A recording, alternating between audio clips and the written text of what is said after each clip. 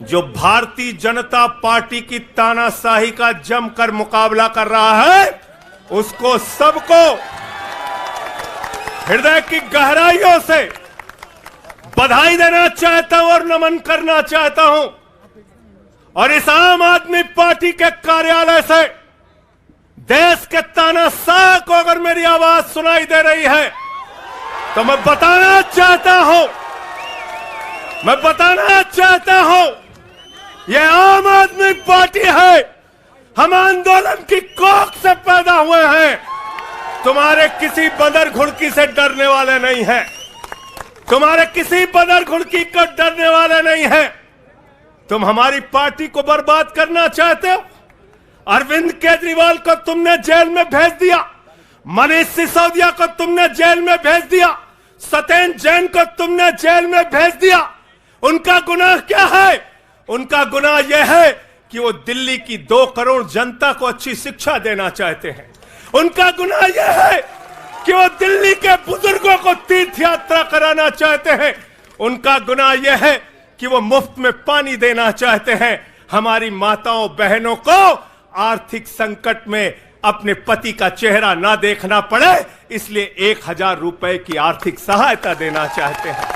उनका गुनाह यह है कि हमारी माताएं बहनें जब मजदूरी करती हैं, उनके पास बस का किराया नहीं होता।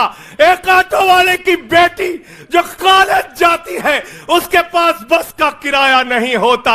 उनका गुनाह यह है कि अरविंद केजरीवाल कहते हैं हमारी बेटियों को, हमारी माताओं को बस की यात्रा के लिए 1 रुपए नहीं देना पड़ेगा। तुम हिंदुस्तान की सबसे बेहतरीन सरकार अरविंद केजरीवाल की सरकार को गिराना चाहते हो, तोड़ना चाहते हो, हमारे विधायकों को डराना चाहते हो। आतिशी को गिरफ्तार करोगे, सौरभ भारद्वाज को गिरफ्तार करोगे, दुर्गेश पाठक को गिरफ्तार करोगे, राघव चड्ढा को गिरफ्तार करोगे, हमारे विधायकों के घर पे छापेमारी करोगे, इनकम टैक्स का छापा गुलाब सिंह पे, कैलाश गहलोत से 4.5 घंटे पूछताछ। तानाशाही मचा रखी है इस देश के अंदर, तानाशाही मचा रखी है, तानाशाही मचा रखी है। मैं कहना चाहता हूं 6 महीने जेल में रह के आया हूं, 6 महीने जेल में रह के आया हूं। नरेंद्र मोदी जी, कान खोलकर सुन लो। आम आदमी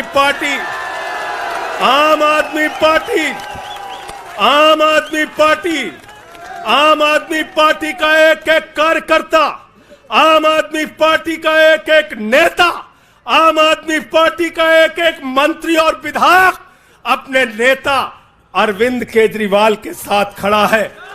अरविंद केजरीवाल के साथ खड़ा है, दिल्ली के मुख्यमंत्री के साथ खड़ा है। क्या कह रहे हैं भाजपाई कह रहे हैं केजरीवाल इस्तीफा क्यों नहीं देते, केजरीवाल इस्तीफा क्यों नहीं देते। ये केजरीवाल का इस्तीफा नहीं मांग रहे हैं, याद रखना। ये कह रहे हैं केजरीवाल 2 करोड़ जनता का पानी क्यों नहीं बंद करते, केजरीवाल मुफ्त बिजली क्यों नहीं बंद करते, केजरीवाल मोहल्ला क्लिनिक क्यों नहीं बंद करते, केजरीवाल बस की यात्रा फ्री जो मिल रही है उसको क्यों नहीं बंद करते। अरे एक छोटी सी सरकार, दिल्ली की केजरीवाल की सरकार इतनी बेहतरीन सरकार है कि उसके जवाब में गुजरात के अंदर स्कूल दिखाने के लिए मोदी जी को टेंट का स्कूल दिखाना पड़ा। याद है कि भूल गए? आतिशी जी याद है ना? आप एजुकेशन मिनिस्टर हैं, आपने देखा होगा। हमारे कार्यकर्ताओं ने कहा अच्छे स्कूल बनाएंगे। जहां पर मुख्यमंत्री थे नरेंद्र मोदी जी, उन्होंने कहा केजरीवाल के टक्कर का स्कूल हमको दिखाना है, तो उन्होंने कृत्रिम स्कूल तैयार किया, टेंट वाला स्कूल तैयार किया। हमने दिल्ली के अंदर टेंट वाले स्कूल की जगह एयर कंडीशन कमरों का स्कूल तैयार किया। और नरेंद्र मोदी ने 25 साल गुजरात में भाजपाइयों के शासन के बाद टेंट वाला स्कूल तैयार किया।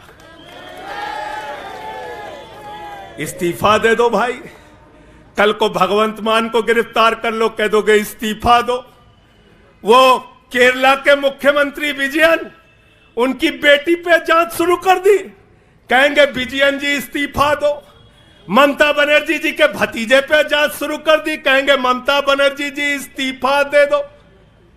तो इस देश के कानून में कहते हो मुख्यमंत्री और आम आदमी बराबर है, तो जरा मुझे बताइए, सोमनाथ भारती कानून के जानकार हैं, क्या प्रधानमंत्री को कानून में छूट है? कानून में छूट है क्या? छूट है क्या? अरे कल को एक मुकदमा मोहाली में लिखा जाएगा, 2 दरोगा वहां से आएगा।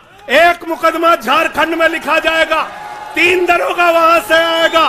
एक मुकदमा तमिलनाडु में लिखा जाएगा, 5 दरोगा वहां से आएगा। और 5 मुकदमा बंगाल में हमारी ममता दीदी लिख लेंगी, तो 10 दरोगा वहां से आ जाएंगे। 10 दरोगा आ जाएंगे। और मोहाली और रोपड़ वाला दरोगा आएगा, कहेगा नरेंद्र मोदी जी घर पे हैं।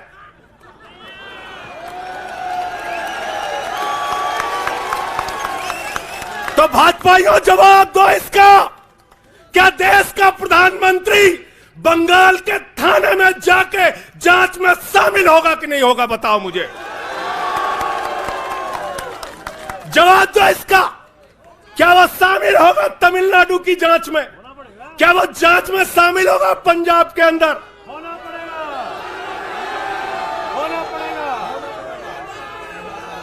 दरोगा, डीएसपी, एसपी इन्हीं विपक्ष के राज्यों से, रेवंत रेड्डी के राज्य से, सिद्धारमैया के राज्य से पहुंच गए गृह मंत्री अमित शाह के घर में। बोले अमित शाह है, उससे पूछताछ करनी है। कहेंगे हम तो गृह मंत्री है। बोलो गृह मंत्री तो सब समान है। इसलिए भाजपाइयों, ये नौटंकी हमारे साथ मत खेलो। तुम्हारी सारी चालबाजियों को हम लोग समझते हैं। अरविंद केजरीवाल बिल्कुल इस्तीफा नहीं देंगे और दिल्ली की 2 करोड़ जनता के लिए काम करेंगे। दिल्ली की 2 करोड़ जनता के लिए काम करेंगे। कहते हैं चिट्ठी कैसे लिखेंगे? 6 महीने जेल में रह के आया भाई, 6 महीने जेल में रह के आया। आतिशी जी, कैलाश गहलोत के पास जेल विभाग है, उनसे पता कर लीजिएगा। मैंने तो डीपीआर भी पढ़ा, संजीव झा को रास्ते में बता रहा था। जेल मैनुअल में लिखा है कोई भी व्यक्ति जेल में रह के असीमित चिट्ठियां लिख सकता है, असीमित। पढ़ लेना। पता नहीं हमारे मीडिया वाले क्यों नहीं पढ़ पाते। बहस चल रही थी, केजरीवाल सरकार कैसे लिखेंगे, कैसे चलाएंगे, चिट्ठी कैसे लिखेंगे। असीमित चिट्ठियां लिख सकते हैं अब, असीमित, उसकी कोई लिमिट नहीं है।